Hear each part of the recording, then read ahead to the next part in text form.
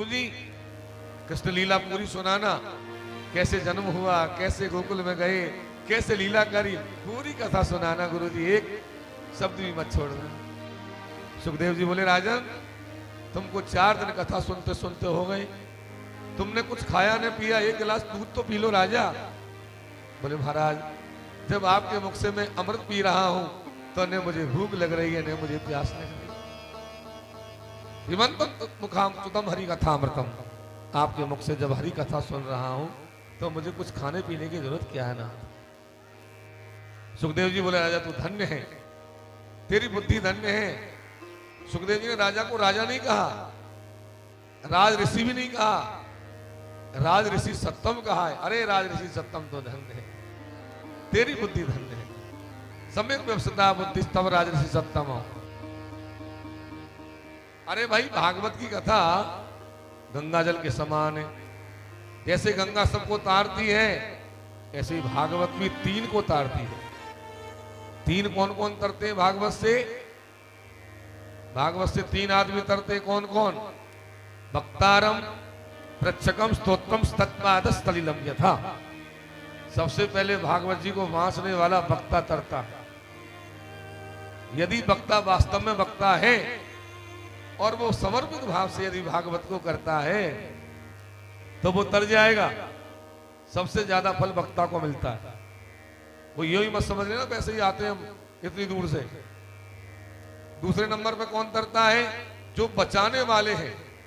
अरे भाई आयोजक जिन्होंने महीने महीने से बेचारे लग रहे हैं, मेहनत कर रहे हैं, यहाँ से वहां भाग रहे हैं, वहां से वहां भाग रहे हैं, रात को 11 बजे आ रहे हैं, 10 बजे आ रहे हैं, सारी व्यवस्थाओं को मेंटेन कर रहे हैं, उनको दूसरे नंबर का फल मिलता है। और तीसरे नंबर पे कौन तरते हैं? जो सुनने वाले हैं, श्रोता। वक्तारम प्रच्छकम स्तोत्रस्तत्पादस्थलीलम यथा, तीनों को फल मिलता है। अब सुखदेव जी कहने लगे कि इस समय एक बार क्या हुआ कि पृथ्वी पर द्वापर का समय था। पृथ्वी पर दैत्यों का भार बढ़ गया, बड़े बड़े राक्षस पैदा हो गए। पृथ्वी दैत्यों के भार से पीड़ित होकर के गैया का रूप बना करके ब्रह्मा के पास में गई और ब्रह्मा से जाकर के प्रार्थना की कि नाथ मेरे ऊपर में बहुत ज्यादा भार बढ़ गया, अब बताओ क्या होगा।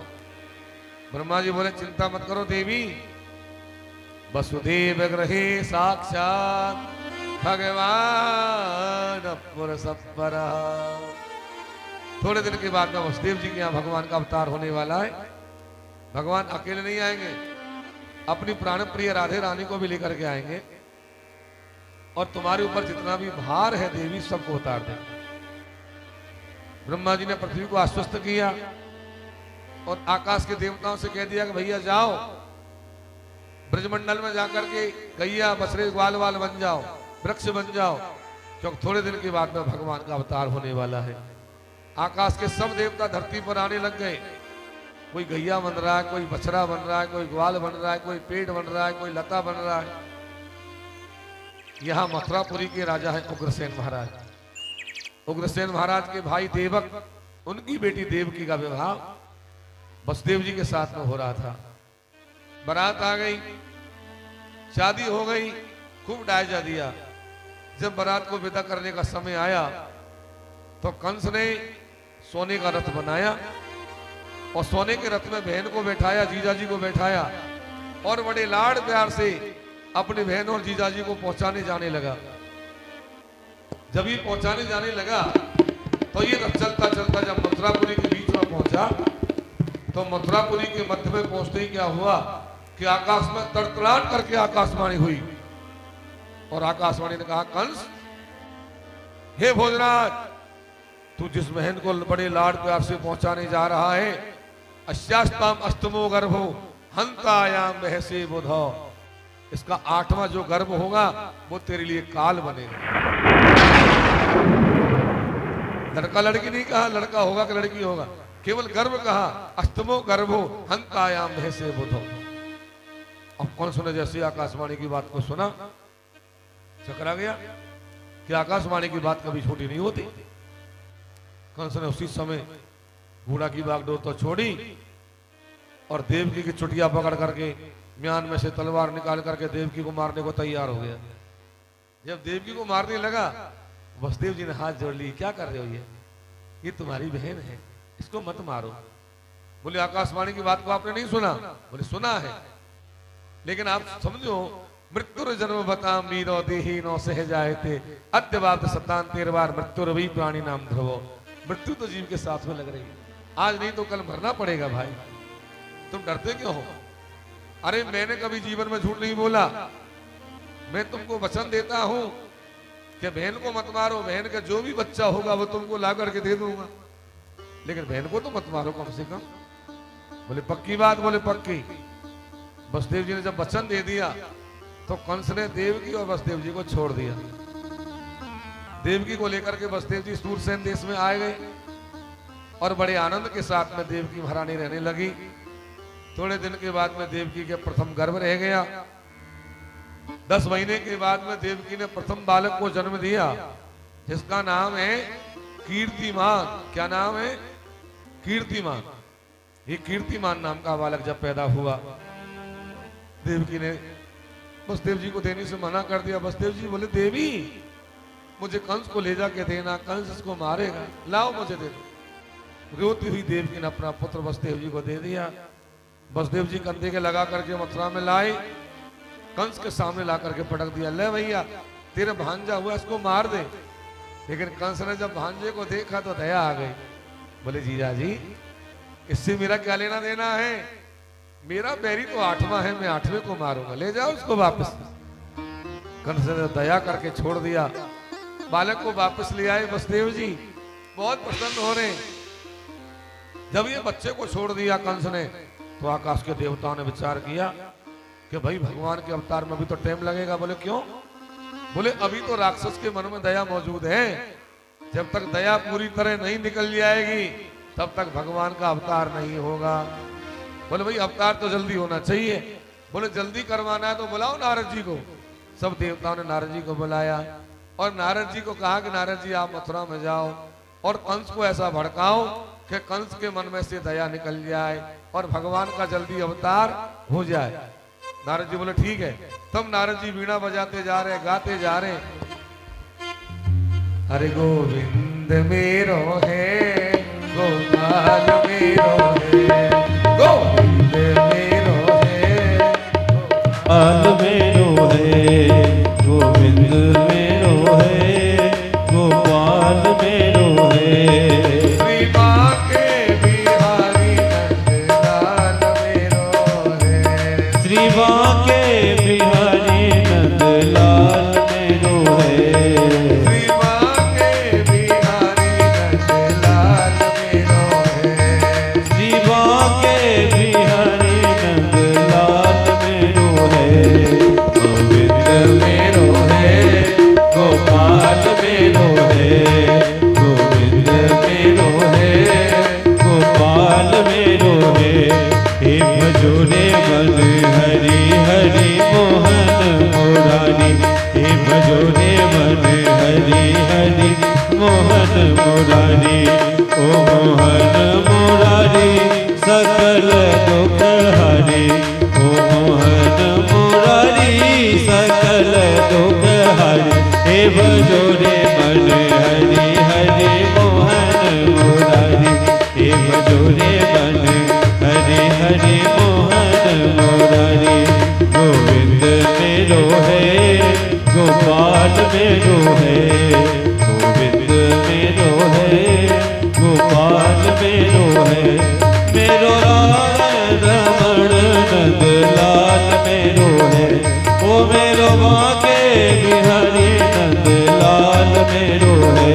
गोविंद मेरो है, गोपाल मेरो है, गोविंद मेरो है, गोपाल मेरो है। अभी आपने देखा हमारे बुजुर्ग पंडित जी नृत्य कर रहे थे भगवान के सामने। भगवान के सामने नृत्य करने में कोई संकोच नहीं है। भगवान के सामने नहीं नाचे तो कहां नाचेंगे भैया? फिर उस शराबियों के सामने जाके नाचेंगे क्या? मां नाचने में ज्यादा खासियत समझते हैं लोग, और वहां आता आनंद। तो ऐसा नहीं है। भगवान के सामने जिसने नृत्य कर लिया उसका तो जीवन सफल हो गया। नारद जी ने जाकर के कंस को भड़काया कि कंस, मैंने जो सुना है कि देवकी के विवाह के समय कोई आकाशवाणी हुई बताई। बोले हाँ, क्या कहा था आकाशवाणी ने? बोले महाराज ये कहा था कि देवकी का 8वां गर्भ तेरे लिए काल बनेगा। नारद जी बोले अरे राम राम राम, तो मैंने यो सुनी है कि देवकी के पहल पहल बच्चा हो गया बतायो। बोले हाँ महाराज, तेने मार्यो कि नहीं मार्यो? बोले नहीं महाराज मैंने तो नहीं मारा। क्यों नहीं मारा? बोले पहले बच्चा से क्या मतलब है महाराज, मेरो बेरी तो 8वां है, 8वें को मारूंगा। जब कंस ने ये कहा तो नारद जी ने जेब में हाथ दिया और जेब में हाथ दे करके 8 मणिये की माला निकाली। बोले गिन इसमें कितने मणिये हैं? 1 2 3 4 5 6 7 8। कितने मणिया है? कंस ने कही 8। नारद जी बोले अब बताया मैं पहलो मणिया कौन सो है, 8वां मणिया कौन सो है? कंस ने कही महाराज यहाँ में तो सारे मणिया पहले सारे 8 में। बोले यही तो मैं तुमको बतावे आया हूँ, 1 से लेकर 8 तक में कोई से भी घर में तेरे बैरी आ सके। मैं तो ये कहूँ सबको मार दे, और यदि तूने 8 को नहीं मारा तो बाद में ये मत कहना गुरु जी ने समझाया नहीं। गुरु उनका काम तो समझाने का ही है भैया, बाद में मुझे मत कहना, तू दोष मत देना। कंस ने कहा लेकिन मारू कैसे? बोले जेल में डाल दे, देवकी वसुदेव को जेल में डाल, हाथों में हथकड़ी लगा, पैरों में बेड़ी लगा, तब मारने में सुविधा रहेगी। और सुन, तेरे पिताजी का भी बुढ़ापा आ गया, अब उनसे भी राजकाज बढ़िया नहीं चलता है, अब तो तू ही मथुरा का राजा बनेगा जब काम चलेगा। जेल में डाल दे पिताजी को भी। बोले हाँ महाराज। और नारद जी भड़का रहे कि जितने भी यादव है सब तेरी खोटी बुरी करने वाले, सबको देश निकाला दे रहे, मथुरा में राक्षसों को लाला करके बसा, वो तेरी मदद करेंगे। उसने कहा हाँ गुरु जी सही कह रहे हो आप। नारद जी भड़का करके ब्रह्मलोक में चले गए और कंस ने देवकी वसुदेव को जेल में डाल दिया, पहल पहल के बच्चे को मार दिया, हाथों में हथकड़ी लगा दिया, पैरों में बेड़ी लगा दिया। उग्रसेन महाराज को जेल में पटक दिया कंस ने और मथुरा का राजा बन गया। देवकी ने दूसरे पुत्र को जन्म दिया, उसको भी मार दिया, तीसरे को भी मार दिया, चौथे को भी मार दिया, 5वें को भी मार दिया और 6ठे को भी मार दिया। हतेसु सत्सु वालेसु देवक्या उग्रसेनिना।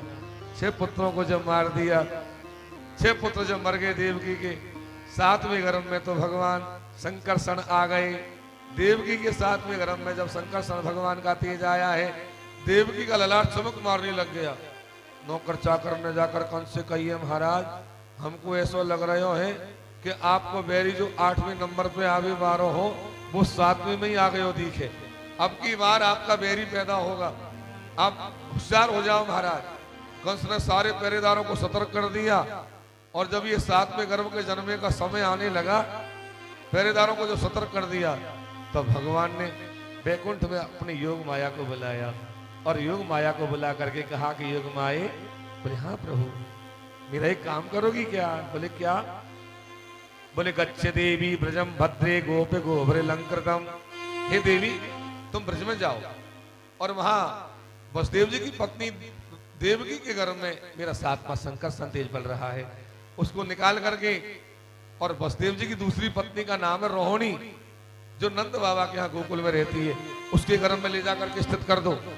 एक काम तो ये करना है और दूसरा काम ये करना है कि मैं देवकी के 8वें गर्भ से स्वयं अवतार लूंगा, तुम नंद बाबा की पत्नी यशोदा के गर्भ से जाकर के अब जन्म ले लेना। मैं रात ही रात में गोकुल में आ जाऊंगा, तुम मथुरा में चली जाना और मथुरा में जाकर के अपने धाम को प्राप्त हो जाना। देवी ने कहा काम तो करवा रहे हो मुंह से और नाम होएगा आपको, मुझे क्या मिलेगा? तो भगवान ने कहा तुम्हारी पूजा हो जाएगी। दुर्गा कहेंगे, भद्रकाली कहेंगे, विजया कहेंगे, वैष्णवी कहेंगे, कुमुदा कहेंगे, चंडिका कहेंगे, शारदा कहेंगे, नारायणी कहेंगे। ये सारे नाम लिख रहे हैं भागवत में, सारे श्लोक है भागवत के, एक श्लोक चल रहा है भागवत का। अनेक नाम ले लेकर के लोग तुम्हारी पूजा करेंगे देवी। जब देवी से कहा तो देवी ने कहा ओम स्वीकार है। जब देवी ने स्वीकार कर लिया, अब तो योग माया गई और योग माया ने जाकर के देवकी के गर्भ में से तेज को निकाला और रोहिणी जी गर्भ में ले जाकर के उसको स्थित कर दिया। देवकी का गर्भ खाली। मथुरा में हल्ला मच गया कि राजा कंस के डर से देवकी का 7वां गर्भ गिर गया। सबने यही समझा गर्भपात हो गया। और गर्भ पहुंच गया रोहिणी जी के गर्भ में। अब यहाँ रोहिणी के जब बच्चा होने का समय आया तो भादों का महीना शुक्ल पक्ष और छठ तिथि को जाकर के हल षष्ठी के दिन जाकर के और रोहिणी जी के गर्भ से और भगवान शंकर का अवतार हुआ। बोलिए दाऊ जी महाराज की, शंकरषण भगवान की। दाऊ जी महाराज पहले से पहले आ गए। अब बलदाऊ जी का जब जन्म हो गया, अब तो भगवान देवकी के 8वें गर्भ में भगवान स्वयं आ गए। जब भगवान गर्भ में आ गए, देवकी का ललाट चमक मारने लग गया। तो यहाँ भगवान जब गर्भ में थे तो सारे देवता, ब्रह्मा आदि देवता भगवान की गर्भ स्तुति करने के लिए जेल में पधारे हैं। इस स्तुति का नाम भगवान की स्तुति नहीं, गर्भ स्तुति है। ये गर्भ का नाश करती है, गर्भ नाशक स्तुति। जो इसका पाठ करता है उसको गर्भ में नहीं आना पड़ता। तो कैसे देवता स्तुति गा रहे, हम भी गाएं, भगवान का स्वागत करें। स्वागतम कृष्ण, स्वागतम कृष्ण, स्वागतम कृष्ण, स्वागतम कृष्ण, स्वागतम कृष्ण,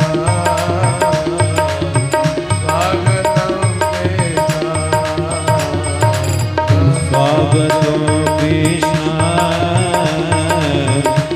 स्वागतम कृष्ण,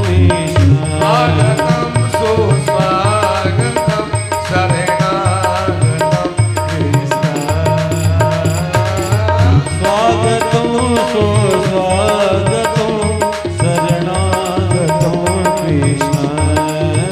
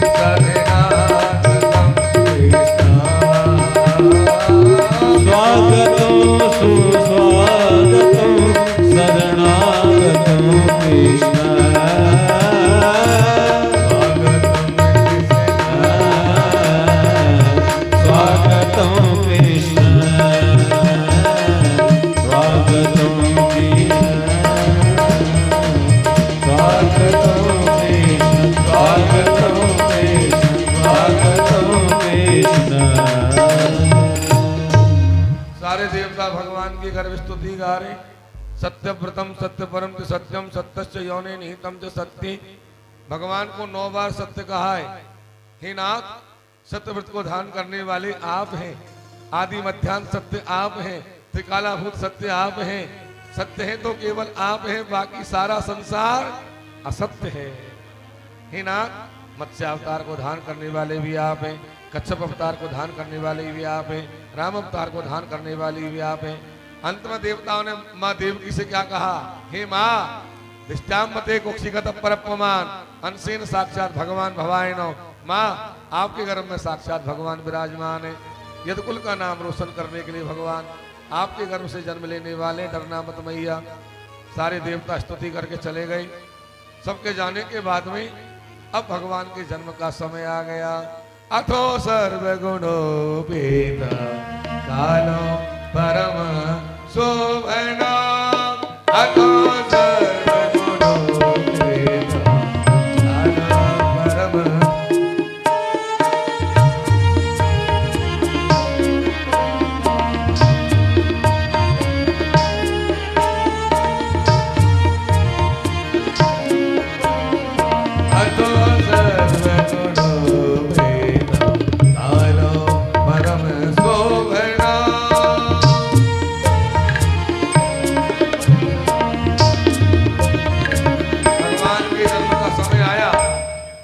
पवित्र हो गई, नदियों का जल स्वच्छ हो गया, सरोवरों में कमल खिलने लग गए और शीतल मंद सुगंध बहने लग गई। अब तो भगवान का जन्म का जब समय आया, धीरे धीरे महीना आ गया भादों का। भादों का महीना कब चुना भगवान ने? भाद्रपद का मतलब क्या है? भाद्रपद का मतलब होता है व्याकरण की दृष्टि से भद्रम कल्याणम पदे पदे, जो अपने भक्त का पद पद पे कल्याण करे, वो भादों का महीना भगवान ने चुना। भगवान ने कृष्ण पक्ष को चुना। भगवान ने विचार किया कि राम अवतार में मंगलवार को आए, अब की बार मंगलवार को नहीं चलना है, क्योंकि चंद्रवंश में आए हैं, चंद्रमा का बेटा है बुध, तो बुधवार को चलना है। सो बुधवार का दिन भगवान ने नियुक्त कर लिया। और राम अवतार में दिन में आए, तब तो साहूकार बन के आए। अब की बार साहूकार बन के थोड़ी आ रहे, अब की तो चोर बन के आ रहे, और चोर तो रात में ही आते, इसलिए भगवान ने रात का समय चुन लिया। तो निशीथे तम उद्भूते जाय माने जनार्दने देवक्याम देव रूपिण्याम विष्णु सर्वगुहाशय। रात के 12 बजे और अष्टमी की रात्रि को, भाद्रपद मास से कृष्ण पक्ष से अष्टम्याम अर्धरात्रि के रात के 12 बजे अष्टमी को चंद्रमा खिलता है। जब चंद्रमा खिला तो देव की महारानी के गर्भ से भगवान का साक्षात श्री कृष्णचंद्र का अवतार हुआ। जिस समय अवतार हुआ, देवताओं ने कवियों के बाजे पशुओं की वर्जा, बोले बाल कृष्ण भगवान की जय हो, वृंदावन बिहारी लाल की जय हो, जय जय श्री राधे। अद्भुतम बालकमंबुजेक्षणम चतुर्भुजम शंखगदायुधायुधम श्रीवत्सलक्ष्मं गलशोभिकौस्तुभम पीतांबरम सांद्रपयोध सौभगम। भगवान का जब जन्म हुआ तो माँ देवकी और वसुदेव ने जब दर्शन किया तो क्या किया? तमद्भुतम, अद्भुत बालक का दर्शन किया। शंख चक्र गदा पद्म से धारण की। भगवान के 4 भुजा है, 4 भुजाओं के बीच में शंख चक्र गदा पद्म है, माथे पर मोर मुकुट है, कानों में कुंडल लकामान है, पीड़ी पीताम्बरी की भेंट बंधी भई है, अलसी के पुष्प के समान इनको रंग है, कारे मेघ की घटा के समान इनकी छटा है। ऐसे भगवान ने दर्शन दिए। देवकी वसुदेव दोनों ने सुंदर स्तुति गाई। देवकी ने क्या कहा? रूपम यत्प्राहुरव्यक्तमात्रम ब्रह्म ज्योति निर्गुणम निर्विकारम सत्ता मात्रम निर्विशेषम निरीहम चेतम साक्षात विष्णुरध्यात्म दीपम। देवकी ने कहा जो निर्गुण निराकार ब्रह्म है वो सगुण बन करके मेरे घर में और मेरा पुत्र बन करके आ गया, इससे बड़ा मेरा सौभाग्य और क्या होगा।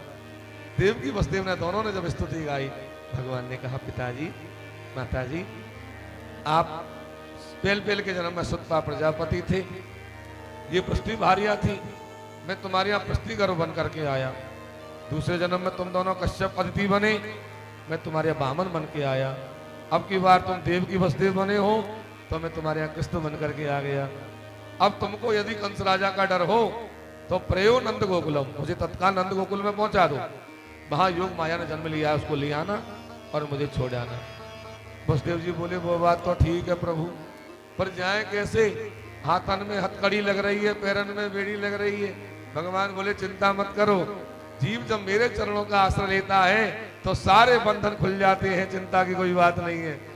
वसुदेव जी ने जैसे ही भगवान का स्पर्श किया, भगवान छोटे से बच्चा बन गए और हाथों की हथकड़ी खुल गई, पैरों की बेड़ी खुल गई। वसुदेव जी ने जेल में देखा तो जेल में सूप पड़ा था, वो सूप में लल्ला को रख लिया और सूप में रख करके जैसे ही बाहर चलने को तैयार हुए, जेल का ताला खुल करके नीचे गिर गया, किवाड़ अपने आप खुल करके अलग हो गए, जेल से बाहर आ गए बसदेव जी। अब तो जेल के बाहर आए, सारे पहरेदार जो होशियार होशियार कर रहे सब सो गए, पूरी त्रिलोकी सो गई, किसी के जगने का काम ही नहीं है। मुख्य द्वार को देखा तो मुख्य द्वार अपने आप खुल गया, मथुरापुरी के अंदर होकर के जा रहे। अब तो गोकुल दरवाजे पर आए, बड़े बड़े किवाड़ लग रहे, सवा सवा मन कली गड़ी ताले ठुकरे, खुल खुल कर नीचे गिर गए, किवाड़ खुलकर अलग हो गए और बसदेव जी को रास्ता मिल गया। आगे जब बढ़ने लगे तो आज आकाश के बादलों ने सोचा कि भगवान जा रहे हैं, हम क्या भगवान का स्वागत करें।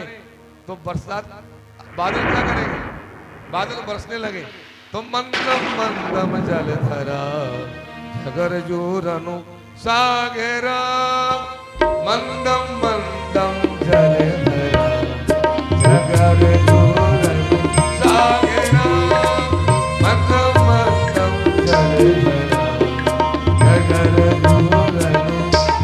मंद मंद वर्षा होने लगे, जब मंद मंद बूंदे आने लग गई, आज शेष ने विचार किया कि मेरे प्रभु पर वर्षा की बूंद गिर रही है, 1000 फल से शेष जी ने आकर के छत्र की छाया कर दी।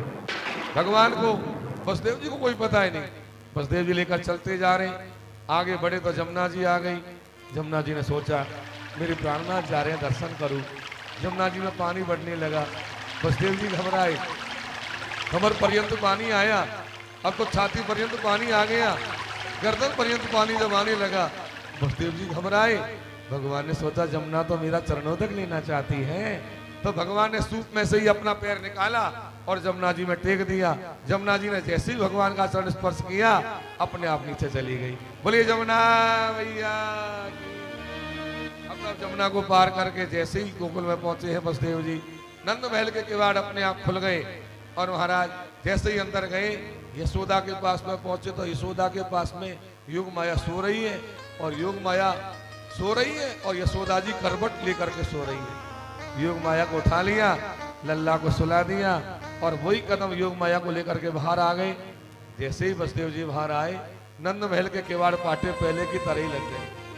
अब तो जमुना जी को पार किया और पार करके जैसे ही मथुरापुरी में घुसे, गोकुल दरवाजे के किवाड़ पाटे पहले की तरह लग गए और जैसे